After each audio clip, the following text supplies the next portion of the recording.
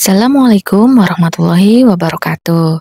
Nah, setelah tadi kita mendengarkan wejangan dari Simbah Kiai Haji Ulil Albab Arwani, sekarang kita akan ziarah ke pendiri dari Pondok Pesantren Yanbu'ul Quran ya, yaitu Kiai Haji Arwani Amin Said. Nah, beliau adalah seorang ulama besar yang sangat dikenal keilmuannya, terutama dalam bidang Al-Quran dan Thoriqoh. Kealiman beliau dalam ilmu Al-Quran dapat dilihat dari kitab karya beliau yang berjudul Faid Al-Barokat Fisabi Al-Qiraat, sebuah kitab yang akhirnya menjadi pegangan pokok yang mempelajari qiraah sab'ah atau bacaan Al-Quran menurut 7 imam. Dari hasil pendidikan beliau juga telah lahir ulama-ulama besar, misalnya seperti Kiai Haji Abdullah Salam Kajen Pati dan Syahroni Ahmad Kudus. Pondok pesantren ini berdiri pada tahun 1970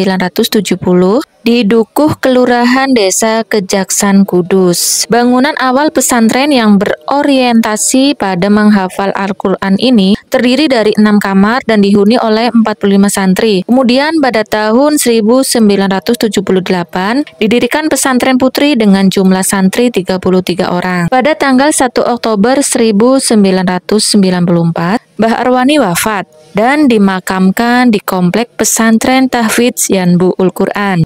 Sepeninggal beliau, pesantren diteruskan oleh Kiai Haji Ulinuha dan Kiai Haji Ulil Albab dan didampingi seorang putra angkat, yakni Kiai Haji Mansur MA, yang kemudian dikenal dengan 3 serangkai. Dalam perkembangannya, kini pesantren Yanbu'ul Quran telah memiliki 8 cabang berdasarkan tentang pendidikan santrinya dengan lokasi dan pengasuh yang berbeda. Selanjutnya, kita berada di Masjid Menara Kudus, yang mana Masjid Menara Kudus ini merupakan salah satu masjid tua di Pulau Jawa yang memiliki bangunan dan saksi akulturasi antara kebudayaan Jawa, Hindu, dan Islam.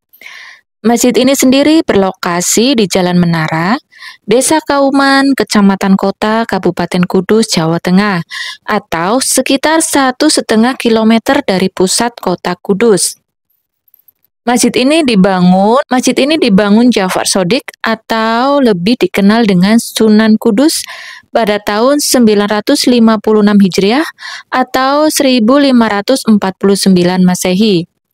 Masjid yang pada awalnya bernama Masjid Al-Aqsa ini menyimpan cerita menarik dalam proses pembangunannya. Konon, dahulu Sunan Kudus membangun menara masjid hanya dengan menggosok-gosokkan batu bata hingga lengket. Masjid ini juga memiliki banyak keunikan.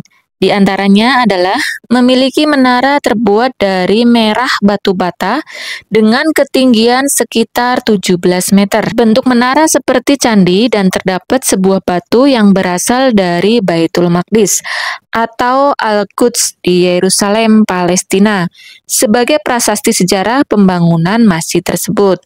Meskipun secara umum bangunan Masjid Menara Kudus ini kental dengan nuansa Hindu, secara ornamen masjid ini juga memiliki unsur-unsur Arab dan Islam. Masjid Menara Kudus juga menerapkan metode soko guru dengan 4 tiang utama penyangga bangunan dan soko rawa dengan 4 tiang pendamping. Soko guru ini belum diganti sejak renovasi tahun 1918. Di dalam bagian belakang masjid terdapat kompleks pemakaman, dan di tempat inilah Sunan Kudus beserta para ahli waris dan tokoh-tokoh lainnya dimakamkan.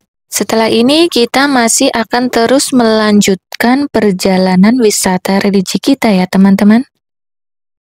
Maka dari itu, terus ikuti perjalanan kita ya.